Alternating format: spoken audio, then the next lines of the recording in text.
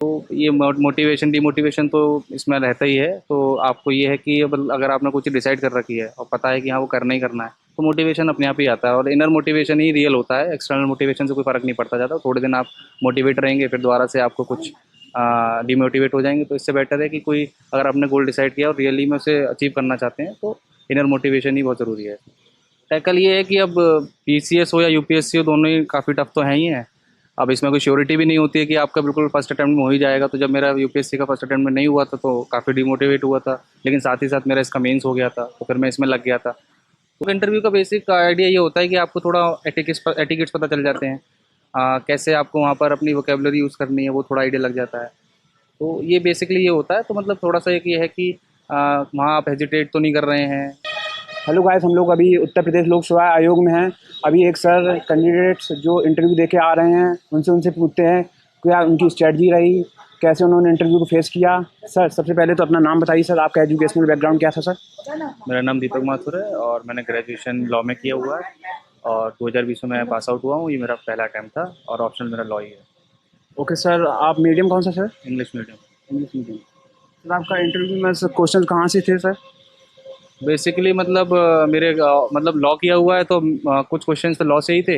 बाकी मेरा mostly interview situation based questions पे ही रहा है। सर कुछ क्वेश्चन रिकॉल कर पा रहे हैं सर? एक तो मेरे लॉ बैकग्राउंड से पूछा था कि थेफ्ट और एक्सटॉर्शन में क्या डिफरेंस होता है, और इस टाइप के एक दो क्वेश्चन और थे लॉ से। मतलब पूछे दो तीन क्वेश्चन पूछे, ज़्यादा नहीं पूछे। बाकी सिचुएशन वाले क्वेश्चन पूछे कि एसडीएम होते हैं तो आप ये क्या करेंगे, ये कैसे करेंगे। तो मतलब मैं मेनली मतलब मेरा सिचुएशन बेस्ड क्वेश्चन ज़्यादा रहे हैं। Okay sir, current affair based कुछ करंट क्वेश्चन? अफेयर कुछ नहीं, कुछ नहीं। Okay sir. लगभग कितनी देर इंटरव्यू चला सर आपका? अप्रॉक्स चला होगा मेरा 20 मिनट का राउंड, 20-25 मिनट अराउंड चला होगा इंटरव्यू। Okay sir. यूपीएससी का भी सर आपने कोई अटेम्प्ट दिया था या यूपी पीसीएस की कोई हिस्ट्री रही होगी सर? नहीं, ये मेरा पीसीएस में तो पहले ही अटैम्प्ट है, यूपीएससी का और सर यूपीएससी का मैंने पिछली बार दिया था, उसमें हुआ नहीं मेरा। तो अभी मैं मतलब दोनों की तैयारी साथ ही कर रहा हूँ। मतलब फ्री नहीं हुआ था। सर जैसे बुक लिस्ट की बात आती है, सोर्सेज की बात आती है सर, क्या आपने गाइडेंस कहाँ से लिया सर? क्या कोई कोचिंग वगैरह ली या सेल्फ स्टडी जो भी है उसके बारे में सर थोड़ा बताइए। कोचिंग तो मैंने नहीं ली है, जीएस के लिए मैंने कोई कोचिंग नहीं ली थी, अपनी सेल्फ स्टडी की है, घर पे ही मैं पढ़ा हूँ। उसके लिए दिल्ली विल्ली भी नहीं गया मैं कहीं। और मेरी जो बड़ी बहन है वो पीसीएस ऑफिसर है, तो उन्होंने मुझे गाइड किया काफ़ी। तो नोट्स बनाने से लेके, पढ़ने से लेके सारी चीज़ें उन्होंने मुझे बताया। तो मैं घर पे रह के मैंने सारी तैयारी करी है। तो ये सब चीज़ें थी। ओके सर, जब यूपी पीसीएस पीडी की बात आती है सर, उसके लिए सर क्या आपने स्टडी अपनाई थी, बुक लिस्ट क्या फॉलो की थी सर, उसके बारे में थोड़ा बताइए सर। अब बुक लिस्ट की बात की जाए तो वही स्टैंडर्ड सोर्सेज ही होते हैं। मतलब सारे सब्जेक्ट की एक एक बुक जो स्टैंडर्ड है वो पढ़ लीजिए। अगर कुछ कॉन्सेप्ट अगर क्लियर करना है तो थोड़ा एनसीईआरटी पढ़ लीजिए। लेकिन पीसीएस में एनसीईआरटी का ज़्यादा रोल नहीं लगता मुझे। अगर स्टैंडर्ड बुक्स कर लेंगे, और एक घटना चक्र बहुत ज़रूरी है। हर सब्जेक्ट की एक घटना चक्र आती है जिसमें प्रीवियस ईयर क्वेश्चन होते हैं, साथ में उसमें एक्सप्लेनेशन भी होता है। तो टॉपिक आप बहुत सारे कवर कर सकते हैं वहाँ से।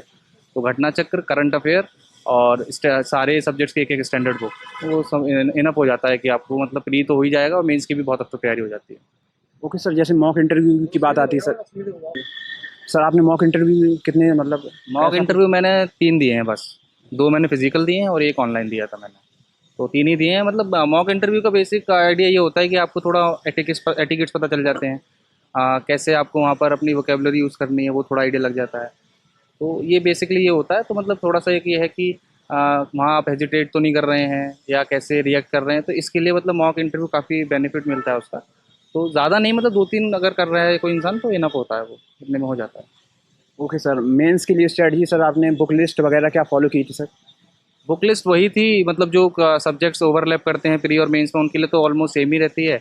बाकी एक करंट अफेयर के लिए ये है कि या तो ईयरली कंपाइलेशन पढ़ लें या फिर मंथली कंपाइलेशन पढ़ लें, जो भी ठीक लगे। और साथ ही जो मेंस के सब्जेक्ट हैं उसके लिए आप जैसे कि जीएस 1 में जो वर्ल्ड हिस्ट्री वगैरह आता है उसके लिए अलग से सोर्सेज हैं, जैसे एनसीईआरटी पढ़ लेते हैं, या फिर किसी कोचिंग इंस्टीट्यूट के नोट्स भी मिल जाते हैं।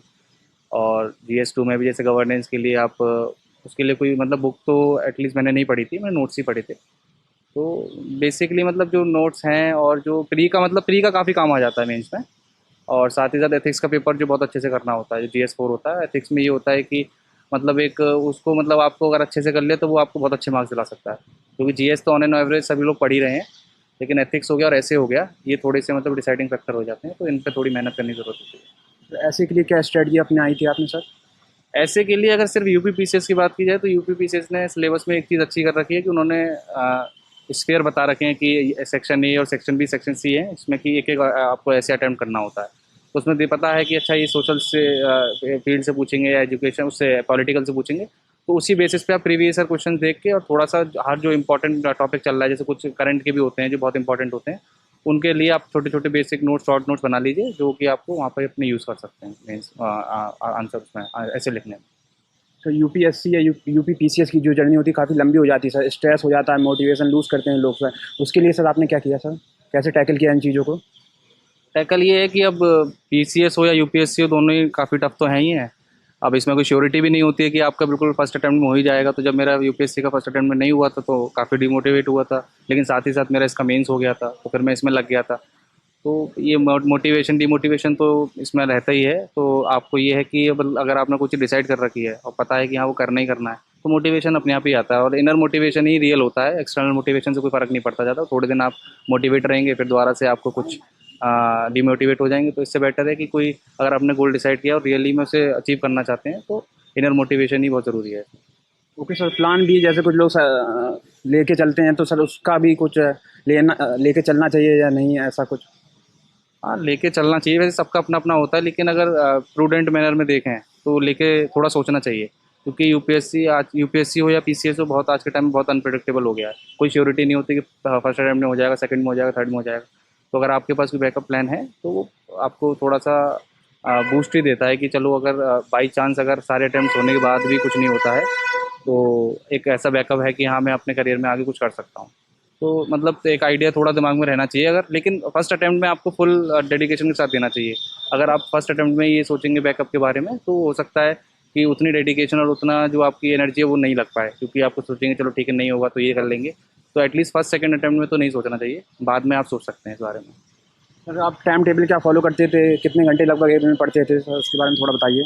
टाइम टेबल तो ये है कि मैं डेली ही पढ़ता था। ऐसा नहीं था, बहुत कभी अर्जेंट ऐसा काम आ गया तो मेरी पढ़ाई छूटती थी, वरना मैं डेली ही पढ़ता था। और ऑन एन एवरेज अगर निकाला जाए, जो कोर स्टडी होती है वो मैं 5-6-7 घंटे ही कर लेता था आराम से। तो ये मेरा डेली का रूटीन रहता था। फ्रेंड सर्कल की बात आती है, काफ़ी हेल्पफुल होते हैं सर। आपके फ्रेंड सर्कल ने भी आपकी हेल्प की हो सर, उसके बारे में थोड़ा बताइए। तो फ्रेंड्स हो गए या फैमिली हो गई, इनका तो बहुत इंपॉर्टेंट रोल होता है। तो जब आप डीमोटिवेट होते हैं या फिर आपको नहीं अच्छा लगता, तो आप इनसे बात करके थोड़ा सा आपका मूड लाइट हो जाता है, तो फिर आपका फिर से पढ़ाई में मन लगता है। तो ये है कि फ्रेंड्स और फैमिली तो बहुत इंपॉर्टेंट होते हैं इस एग्ज़ाम में खासकर, क्योंकि बहुत टाइम कंज्यूमिंग भी है, बहुत एनर्जी भी इसमें लगती है। तो इन लोगों का साथ होना बहुत ज़रूरी होता है इस एग्ज़ाम में। तो मॉक इंटरव्यू वगैरह भी आपने दिए थे सर? हाँ, दिया था मैंने। तो उसका जो माहौल होता है और यहाँ का माहौल सर, क्या डिफरेंस पाया, और सर उसके बारे में थोड़ा बताइए सर, क्योंकि यहाँ पे मॉक आने पे हमेशा सर थोड़ा डर तो लगा ही रहता है हाँ, सर। डर तो लगता है। डर आप अगर जैसे पहली बार इंटरव्यू देने जा रहे हैं तो मॉक में भी लगेगा ही लगेगा, और यहाँ भी लगता है। लेकिन मॉक में ये थोड़ा वो प्रोफेशनल तरीके से चीज़ें करते हैं, तो वहाँ भी ठीक रहता है। लेकिन मॉक देने का फ़ायदा तो होता है, जिससे आपको जो बेसिक चीज़ें होती हैं वो पता चल जाती हैं, और आपके जो डाउट्स होते हैं वो क्लियर हो सकते हैं, क्योंकि वो अच्छा चीज़ें आपको फीडबैक अच्छा दे देते हैं, जिससे कि जो आपको जो मेन इंटरव्यू होता है वहाँ बहुत ज़्यादा बेनिफिट होता है इस चीज़ का। ओके सर, एस्पिरेंट के लिए आप कोई गाइडलाइन देना चाह रहे हो सर, जो न्यू एस्पिरेंट है? गाइडलाइन क्या है, अगर आपने सोचा ही है कि इस फील्ड में आना है तो डेडिकेशन के साथ लगे रहिए।